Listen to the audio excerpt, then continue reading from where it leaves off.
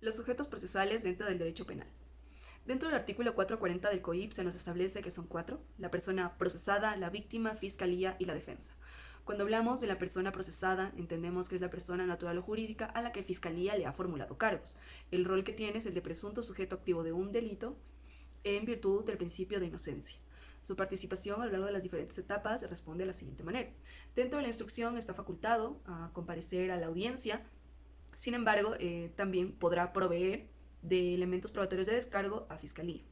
En la etapa de evaluación y preparatoria de juicio, su participación es muy activa debido a que deberá contar con un abogado legal, eh, ya sea público o privado. Y en cuanto a la etapa de juicio, su comparecencia es obligatoria.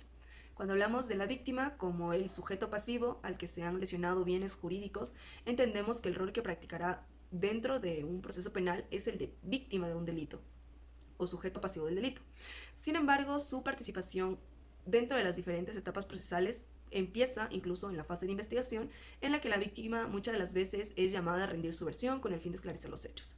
Durante la etapa de instrucción, si bien no es investigador, puede solicitar al fiscal la práctica de pericias que ayuden a determinar el cometimiento de un delito. Y además se reconoce su derecho a presentar una acusación particular. En cuanto a la etapa de evaluación y preparatoria de juicio y el juicio, se debe esclarecer que existe una particularidad, que es que la ley no obliga su comparecencia, por el hecho de que al ser víctima y al ser parte de un proceso penal se encuentra en una situación de vulnerabilidad y la Constitución le reconoce el derecho a la no revictimización. Por su parte, Fiscalía, como un órgano autónomo de la función judicial, tiene la función de dirigir la investigación preprocesal y procesal penal. En el caso específico del fiscal, encontramos que desempeña un rol de investigador, pero también de parte procesal y litigador.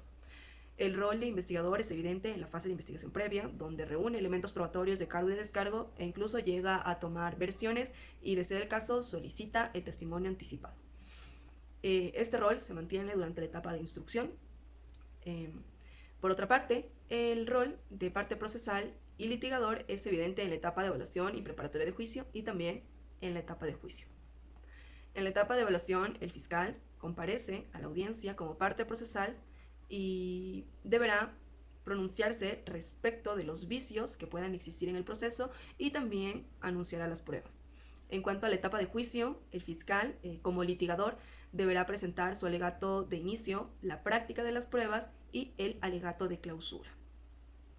Esto con el fin de determinar la materialidad de la infracción penal y cuál es la responsabilidad del hecho punible con la persona procesada.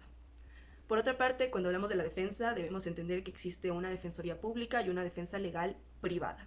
Sin embargo, ambas tienen como intención proteger los derechos de la persona procesada. Ellos ejercen un rol de litigadores, pero también de alguna manera de investigadores, ya que durante la etapa de instrucción se pronuncian respecto de la solicitud de las medidas cautelares que hace Fiscalía, todo en bienestar del procesado. En cuanto a la etapa de evaluación y preparatoria de juicio, también estos se mencionarán respecto de los vicios formales, además de anunciar sus pruebas.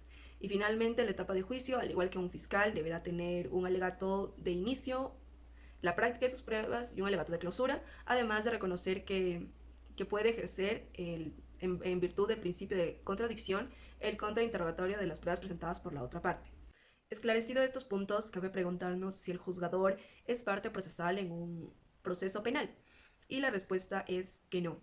La realidad es que es un error pensar que la mera presencia de un juez dentro de un proceso penal ya lo convierte en una parte procesal. El juzgador es titular de los derechos constitucionales en un proceso penal de ejercicio público. Además, en virtud del principio de imparcialidad, está obligado a administrar justicia conforme lo establece la Constitución de la República del Ecuador. Cuando hablamos del juez, hablamos de un tercero imparcial que direcciona el debate, que valora pruebas y que dicta sentencias, más no que litiga, que acusa o defiende, o que presenta medios probatorios con el fin de sustentar sus argumentos.